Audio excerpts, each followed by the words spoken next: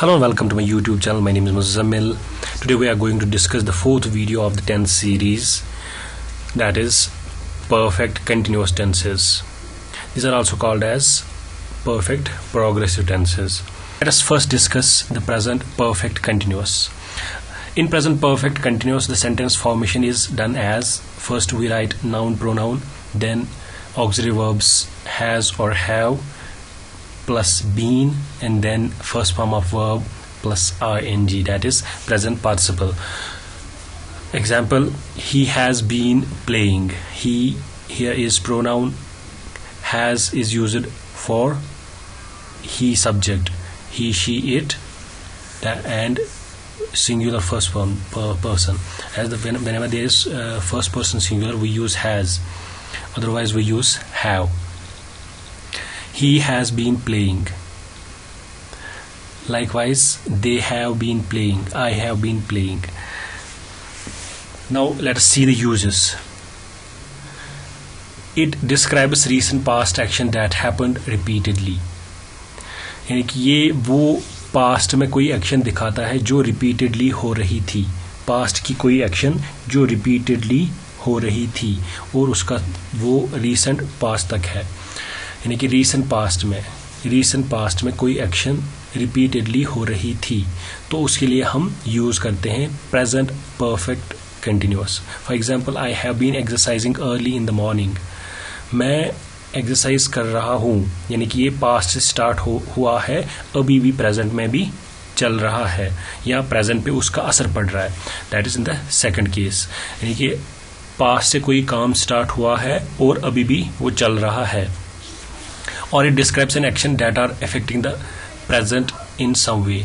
यहाँ ये वो एक्शन दिखाता है जो प्रेजेंट को भी किसी न किसी तरीके से इफेक्ट करता है.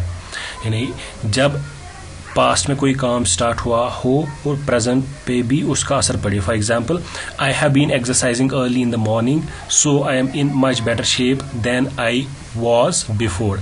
मैं कंटिन्यूसली एक्सरसाइज कर रहा था मॉर्निंग में, इस वजह से उसका असर क्या हुआ कि मेरी जो बॉडी शेप है वो पहले से बहुत अच्छी है. पास्ट में कोई काम हो रही थी, उस काम का असर प्रेजेंट में पड़ा है. वो एक्सरसाइज कर रहा था तो उसकी बॉडी की शेप पे असर पड़ा है प्रेजेंट में. That is the second use. First use is when it describes an action that happened in recent past. Repeatable, I have been exercising early in the morning. Then the second use is describes an action that are affecting the present in some way. किसी तरीके से वो present पे भी असर डाल रहा है. Then the next we have is past perfect continuous. Past perfect continuous में sentence formation कैसी होती है? Noun pronoun plus had, been plus first form of verb plus ing.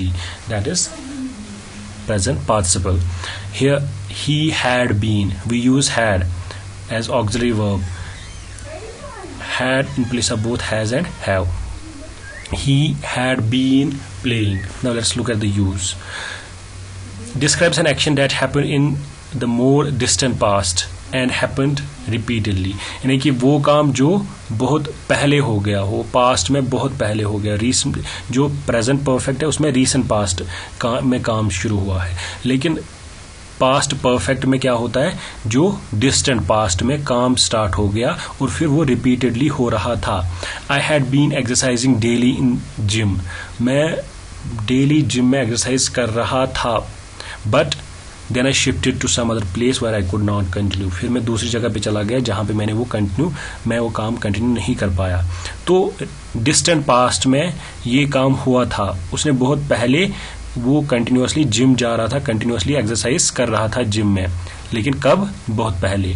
तो ये वो एक्शन दिखाता है जो डिस्टेंट पास्ट में हुई हो, और इसकी जो सेंटेंस फॉर्मेशन है वो हैड हम यूज कर लेते हैं. Had been playing, he had been playing. इसमें क्या होता है, जैसे ये वाला हिस्सा जो है वो परफेक्ट का है and then this is of continuous. तो परफेक्ट और continuous, that is perfect continuous tense हम यूज कर लेते हैं. Then the next is future perfect continuous. Future perfect continuous में हम क्या करते हैं, इसमें हम नाउन प्रोनाउन के साथ विल हैव बीन यूज कर लेते हैं और वर्ब की first form with ing. That is it is sentence formation is he will have been playing.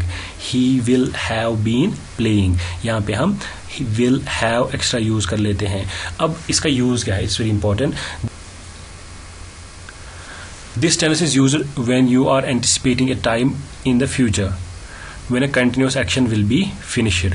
यानी कि फ्यूचर में कंटिन्यूसली होने वाली एक्शन, कोई काम कंटिन्यूसली हो रहा है और वो फ्यूचर में खत्म हो जाएगा किसी वक्त पे, तो आप वो वक्त एंटिसिपेट करते हो, वहां पे हम फ्यूचर परफेक्ट यूज कर लेते हैं. For example, by tomorrow I will have been working for 10 straight weeks. यानी कि कल मैं काम करने के 10 वीक मुकम्मल कर लो, वहां पे हम फ्यूचर परफेक्ट यूज कर लेते हैं. फ्यूचर परफेक्ट कंटिन्यूस यूज कर लेते हैं. आने वाले जमाने में कोई काम आप एंटिसिपेट करते हो कि वो खत्म हो जाएगा, तो वहां पे आप फ्यूचर परफेक्ट कंटिन्यूस यूज कर लोगे. We will look at the whole table. Present perfect continuous, इसमें हम नाउन प्रोनाउन के साथ हैज और हैव बीन यूज कर लेते हैं और उसके साथ वर्ब की फर्स्ट फॉर्म और ing, दैट इज पार्टिसिपल. जैसे I have been playing, he has been playing, they have been playing, you have been playing, we have been playing, and John has been playing. John is third person singular, that's why we used has here. Then we have past perfect continuous. Noun pronoun के साथ हम had use कर लेते हैं, been use कर लेते हैं और verb की first form के साथ ing. यहाँ पे सिर्फ had use होगा, had been and then present participle. I had been, he had been, they had been, you had been, and we had been. Likewise, John had been playing. That is how we form sentences in past perfect continuous. Then we have future perfect continuous. इसमें हम क्या करते हैं? noun pronoun के साथ will have been और verb की first form with ing. I will have been playing. He will have been playing. He will have been playing. They will have been playing. You will have been playing. Likewise, we will have been playing, and John will have been playing. I hope you will like this effort and appreciate it by liking the video and sharing it with your friends. Thank you. Bye bye. Wish you all the best.